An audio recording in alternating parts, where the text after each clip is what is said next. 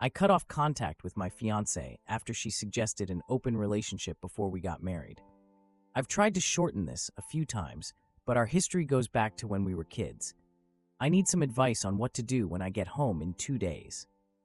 I'm changing all the names, of course. I apologize for how long this is. Jan and I had known each other since childhood because our parents were friends for a long time. We grew up together and began dating as teenagers. It felt like our families were just waiting for it to happen. They had bigger ideas for us than we had for ourselves. While pursuing my master's, I relocated to a different city, and Jan stayed back in our hometown to work on her nursing degree. After a year of long distance, we chose to stay friends and not let the relationship weigh us down. We stayed close friends while dating other people. It felt strange since we both understood this was just a temporary situation and that we would eventually reunite. I finished my master's and stayed in the city to start my career. I waited for a transfer back to my hometown. When I finally got it, I felt really happy. Jen was in a long-term relationship. He was a nice guy, but I always sensed he was tired of our friendship. I got the message and stepped back out of respect, even though we would chat a few times a year. My boss and mentor, whom I will refer to as Paul 44M, was a great person and we developed a solid friendship.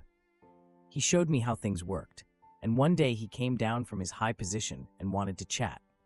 He mentioned that there would be an open position in a foreign city for 2 years, and it would be advertised soon.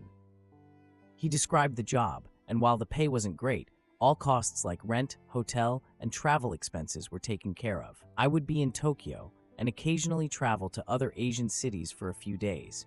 I considered it and discussed it with my friends and parents. Paul mentioned it was a tough position, but would be a good chance to show what I can do and advance my career.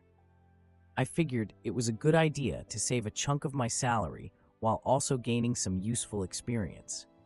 Paul mentioned he would talk to the old man and that he would recommend me if I was interested. He shared that he did something like that years ago and it benefited his career, so I went. The first year was tough, adjusting to the culture and social norms, not just in Japan, but also in the other countries I traveled to for work. One thing that caught me off guard was how accessible women were. Wherever I went, people were welcoming to foreigners. I experienced the wonders of the East. These were not women from developing countries. Many of them had advanced degrees. I had several friends with benefits and made it clear to each of them that I wasn't looking for anything long-term or marriage since I was only here for a short time. I spent an additional 2 years there. Paul visited a few times each year for vacation or to oversee some work.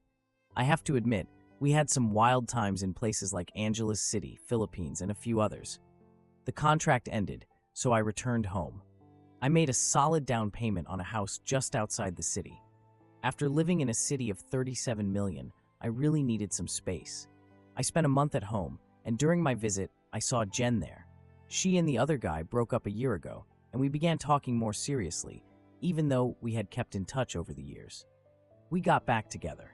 I avoided having sex, even though I wanted to, because I was scared of what might happen.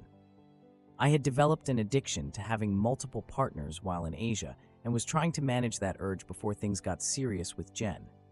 Everyone, including Jen, was aware that I dated, but on social media, there were only a few photos of me with different women. My mother called me a whore master a few times, and honestly, it hurt a bit. Things are starting to go wrong now. Jen and I spent the night together, and she was quite taken aback. She mentioned that I had changed and wasn't like that in the past. She said it as if I had gained a lot of experience, to put it kindly. She asked me some questions, and I have to admit, I didn't tell her everything. I didn't share the exact number with her because even when divided by 3, it was still frightening. I was sure I could be faithful to her. The idea I accidentally planted in her mind that night would lead to some real problems down the line. Our families were happy we were together. It was meant to be. Things were going well, and after talking to her parents, I asked her to marry me. She moved in, and things were good. I noticed a few red flags, like when she asked if I was happy with her. In December 2019, the wedding was set for June 2020. We all remember how 2020 turned out, right? Christmas was nice, and just before New Year's, we were set for the first D-Day. I was at my desk working on the PC while Jen and her cousin Tammy, who is 32, were browsing through wedding materials. I have known Tammy since we were kids, and we got along well. Jen asks to talk, and Tammy comes into the living room and sits on the sofa. I sat down at the table to talk to Jen. She begins by telling me not to interrupt or panic. She has something to discuss. She explained how we differ in the bedroom and expressed her belief that I wouldn't be satisfied with her. She worried that I might cheat and didn't want our future children or relationship to be affected if I strayed. I thought I was about to get dumped. Just when I think things can't get worse, I hear that infomercial guy in my head saying, "But wait, there's more." Jen asked me if I would consider opening the relationship so she could gain more experience and feel less insecure. She says I shouldn't worry because I'm the only man she ever loved, which is why none of her other relationships ended in marriage. I agreed with her on that point because I felt the same way. I honestly believe this is just a joke and she isn't serious about it. This can't be real, can it? This happened a year and a half ago, so I'll do my best to remember the key details. She mentioned that she will only be with strangers and not with anyone we know or work with. It won't occur with the same individual again, and there won't be any emotional ties. I was confused. When I understood she was serious, I couldn't breathe. I never thought a heart could skip a beat and feel like it was in my throat. I'm usually calm, but right now I'm yelling. I'm beginning to see why Tammy stayed nearby. I shouted, "Tammy, did you encourage her to do this?" Tammy claims she is only there to back up Jen. "Thank you very much." Jen said I could do whatever I wanted as long as I followed the same rules, but I told her no. I am really angry right now, and even as I write this, I can feel the rage building up. I told them I'm not interested in one-night stands. I only want one person. She asks, "Who?" I looked at Tammy, nodded, and said, "I want to be with Tammy." Jen is surprised by my reaction, and Tammy looks a bit embarrassed and uneasy now. Jen says no. She is family and someone we both know, and it's inappropriate for me to even suggest it. I feel like I'm in a completely strange place now. Where did this come from? We went back and forth for a while, and I told her that if she did this, the relationship would be over. I completely disagree with this. I care about her and believe we can overcome anything together, but not this. I left angrily, took my pillow, and went to the guest room. I could hear them downstairs for a while, but I couldn't make out what they were saying. It could have been funny, but it turned into an hour-long talk. I couldn't sleep at all and felt terrible at work the next day. Jen began her 2 weeks of night shifts that day, so we wouldn't be home together during that time. It gave us a chance to cool down and talk about things later. Every day, there was dinner in the fridge with a note that said, "I love you." She texted a lot, but I replied briefly. On Thursday night during her next shift, I sit down at the PC to work on some files. I see an email notification on her account. It's a hotel reservation for a nice hotel near my office. I go there often with my coworkers. I think she should be working, but maybe she wants to apologize and take me out for the night. The next morning, I wait for her to text or call me, but she only asks how my day was. She said she's really glad she only has one more night of the night shift to work. How does she have another night and a hotel reservation? I felt unwell, anxious in my office. Checked out some dating sites, focusing on profiles without pictures. I can't locate anything.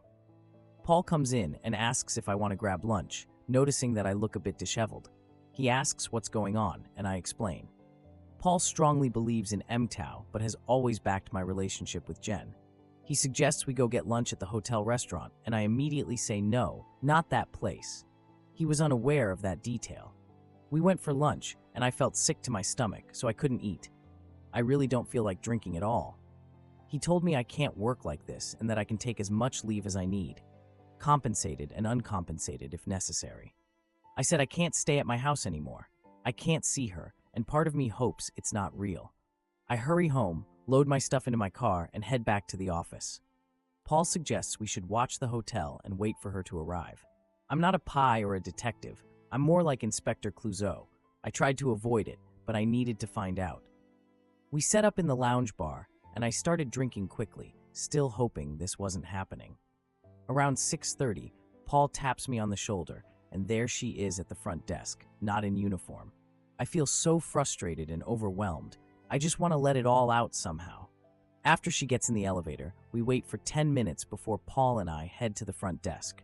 I ask the reception to connect me to Jen in room blank, and it starts ringing. When she picked up, I immediately started yelling into the phone, and she seemed really confused. "Jen," I said, "if you did this, we would be done. I'm finished. The wedding is off. The relationship is over." I hung up and left. Where should I go now? I returned to Paul's, and now my phone is buzzing. I only called my dad and told him in simple terms what happened and that I needed to leave town for a while. I didn't really talk it out, and I regret how I treated my dad. My phone kept buzzing for 2 days straight. People kept calling me, but I didn't pick up. I was unsure of my next steps. It felt like I was walking around underwater. Paul brought up some financial matters I need to handle for my own protection. I didn't even consider that. The house, the wedding, loans for the car. We had different accounts, one for the wedding and another for house bills. I really don't care. The next day, I emailed Jen to let her know that this would be our final contact. I was leaving the city for a while, and the wedding and everything else was canceled. I called my dad back and talked to him for a while. He was upset, but he got that I needed some time and space. He mentioned he still hopes we can resolve this. 10 days later, I got on a plane and flew to Bali. I didn't respond to her or anyone else's messages or emails. I'm not sure if she left the hotel that night or if she stayed there. I didn't care. I arrived in Bali and spent the next month disconnected, only keeping in touch with my dad and work. I really didn't mind if I lost my job. I can't say I had a good time. I was mostly just drunk. I experienced a lot of anger, embarrassment, and resentment about how everything unfolded. I stayed in contact with Paul regarding my leave, and after 3 weeks, he asked if I could return to Tokyo to take care of some matters. I discussed the new global virus and said I was thinking of returning to Canada to sort things out since I was hearing rumors about possible lockdowns. I arrived in Tokyo on March 1st. It felt nice to return to work, even if only for a short time. When I heard lockdowns were coming, Paul suggested I return to Canada, but I said maybe. It will just be 30 or 60 days. I need a bit of time to figure out my next step. 30 to 60 days. Wow. I stayed in Japan for another year before getting vaccinated. At that point, I wasn't keen on heading home. I rented out my house and was chatting with family, but I wouldn't share any details about Jen. On September 21st, I got the news that my dad had a heart attack. He was doing okay, but would need a triple bypass surgery. This surgery is serious. It's not as serious as it was 40 years ago, but I still want to see him, just in case. I know when I get home, things are going to get messy, and I really don't want that. I just want to see my family and thank Paul for everything he's done for me, even though I was selfish. I know I will have to see her, but I have no idea how I will feel or think. Sorry for the length of this. I still left a lot out. Any advice, tips, or feedback would be welcome.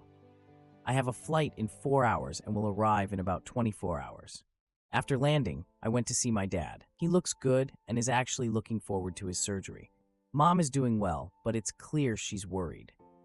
I spent nearly the first 24 hours with him, and we covered a lot of topics. But keep it light, don't want to overwhelm him. I let him know I'm here for him, but I'm also using this trip to get my life in order. Shut a few doors and start new ones. Boo likes him already. We exchanged a few messages. I was talking to my dad about work, and he asked if I had been in touch with Jen. I declined. He tells me that the old man, the boss, wants to see me, but given my father, it can wait. I realize I'm in trouble and tell him we might as well just finish this. I have a list of tasks to complete this month, so I should start checking them off. Meeting Jen is one of those moments. I walked into the office for the first time in ages. Some familiar faces are gone, a couple of new ones showed up, and the regulars are still around. Some people acknowledged me and said hello. We went to the old man's office, and it was my first time there. We enter, and he gestures for us to take a seat. I had never talked to the old man before. He walks the floor occasionally, and people just move aside like Moses parting the Red Sea. This is what happened next. Good morning, everyone. This meeting is private, and everything talked about here stays here.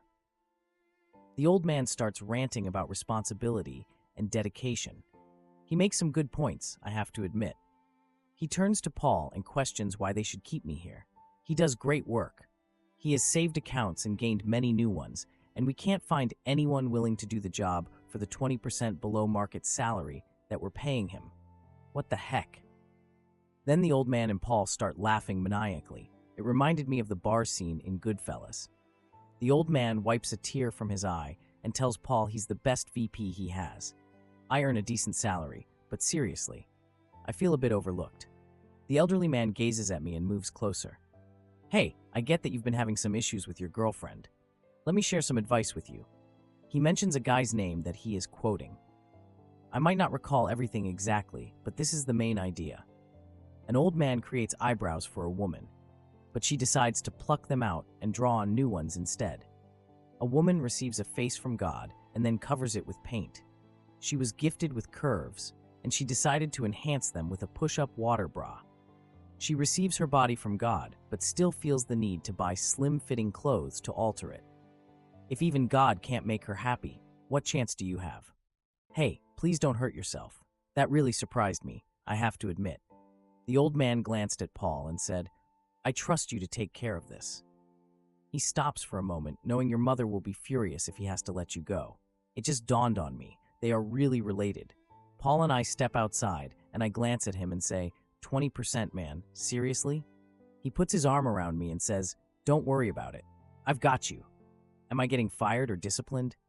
Paul, you're not a dumbass. You're getting promoted, he says while putting his arm around me and kissing me on the side of the head. You could have told me that earlier. Actually, it was way funnier like this.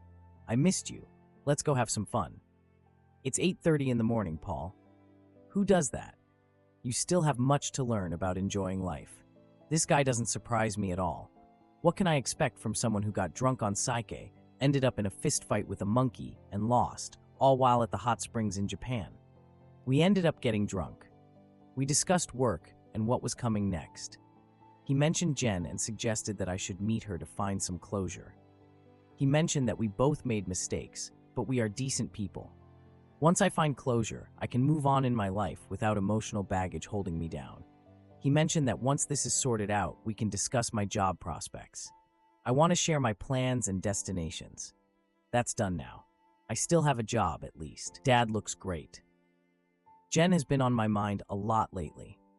I unblocked her on Facebook and scrolled through to get ready for what was about to happen. I sent a message and asked if we could get together for dinner soon. We're just discussing basic details and we'll meet for dinner soon. I'll share my next update soon. Jen and I decided to meet at a restaurant a few hours after she finished work. I had two main fears going into this. My anger would stay, and I would respond to it, or my love for her would stay, and I would respond to that. I wanted to find a comfortable middle ground. Everything changed the moment she walked in. She looked great. She smiled and walked over, and I felt a knot in my stomach. I didn't feel this anxious when we first had sex together. We had a brief, awkward hug, and I caught a whiff of my favorite perfume on her. Is she going to shower me with affection or manipulate my feelings? Is she with someone else now, trying to show me what I lost? No rings on her finger, not even the one I gave her. We started with my dad. She mentioned that she always checked on him during her shifts and reassured me that the surgeon for the upcoming bypass was among the best. We chat about her heavy workload during the pandemic and my time being locked down in Tokyo. I was really about to lose it. I was calm on the outside, but inside I was falling apart. I convinced myself that I had to do this, to sort through these feelings so I could finally move on. We were avoiding the obvious for a long time, and then she looked at me, and her expression shifted. Everything that happened after that is unclear. I will share the story as clearly as I can. Jen, I want to say I'm really sorry for what happened and for hurting you. Are you sorry you got caught, or are you truly sorry for how you hurt me? Of course, I'm sorry for what it did to you, what it did to our lives and our future. I threw it away due to my insecurity. Did you plan that because of your own insecurity, or did you want to punish me for the people I was with before we were a couple? Jen, it could be both, but I want to be clear. No other man in my life before our engagement ever meant as much to me as you do. Tim, my ex, cheated on me. He said he could never match the feelings I had for you. We broke up for that reason. I didn't know this, and honestly, I never felt bad that he cheated. I never intended for you to find out I was going to be with another man. I believed I could separate my feelings from it, and even if you discovered the truth, we could handle it like we always have. You thought wrong. It was likely the most painful thing I've ever gone through. I didn't require you to be flawless or seasoned. I just wanted you to be with me. None of them, Jen. Not a single one could compare to what I felt with you. Now I'm wondering, was it a genuine feeling or just what our family hoped for us, or maybe the fantasy we imagined? Jen started to feel overwhelmed and stepped away to the washroom to gather her thoughts. We were at a decent-sized restaurant with only a few tables taken. Paul joined for support and positioned himself in the sealed-off lounge. I glanced over for some support or a nod, and he was deep in an animated chat with two attractive women, laughing and using hand gestures, everything included. He glances my way and gives a thumbs up, asking if everything's fine. I nod in response. He smiled, then flipped me off with a smirk and returned to what he was doing. This guy, honestly. Jen returns and we continue. Jen, do you have any questions about that night? It can't be undone. It doesn't matter. Jen, nothing happened. I wasn't even sure I could do it. When you called the room, it really scared me, and I rushed down to the lobby, but you had already left. It doesn't matter to me now. I'm not looking to go over old stories. Let's focus on moving ahead. Jen, can you forgive me? I can forgive you, and I do forgive you. You are not a bad person. Your choices led us to this situation. It's not entirely your fault. I could have been more open and understanding about your concerns, too. I experienced a range of feelings, moving from love to anger to regret. Part of me wanted to shout at her, and another part wanted to take her home and pretend this never happened. For the past few weeks, I've been watching Reddit videos on YouTube to get ready for this conversation. I've seen men punishing themselves for their actions, which caused much more harm than the actual cheating itself. I was set on not being that guy. I begin to watch her, the old man's words echoing in my thoughts. Makeup on the face, nails done, and a tight dress. Do I actually know her at all? If she looks like this on the outside, does her mind match? Is everyone thinking the same way? I toughen up. Jen, what's next? Will there be anything ahead for us? I want you to remember when we were kids and walking home from the park, that fierce dog that came up to us. I stepped in front of you without thinking, just to keep you safe. The owner called the dog, and it ran away. It was just a few seconds, but at 9 years old, that felt really frightening. Years later, I stood in front of you, loving you and ready to protect you from anything that came our way. But this time, when I stood in front of you, giving you everything I had, you betrayed me. Similar to the frog and the scorpion. That statement struck her hard, and she bowed her head, letting out a few sobs. I had more to say. I needed to express everything. I'm sorry, Jen. She pulls out the ring box and pushes it across the table toward me. I'll leave it at that. I don't want this. I'm really angry. I don't want to be here with my heart racing and you in tears. I wish I could be at home with the baby we should have had by now. I don't recall much from the next few minutes. She started crying and covered her face with her hands. I've said some terrible things before, but that one really stands out. I said sorry and admitted I crossed the line. It pulled me out of my anger. After I let off some steam, the conversation settled down, and we ended up having a normal discussion about life in the future. Our parents are really close, and her mom and dad feel like my second family, just as mine do for her. We discussed how we could live together in this space as friends. There will be no reconciliation. She stood up to go, and we embraced for a while. I'll leave this here and wrap it up tomorrow. It's been a tough few days,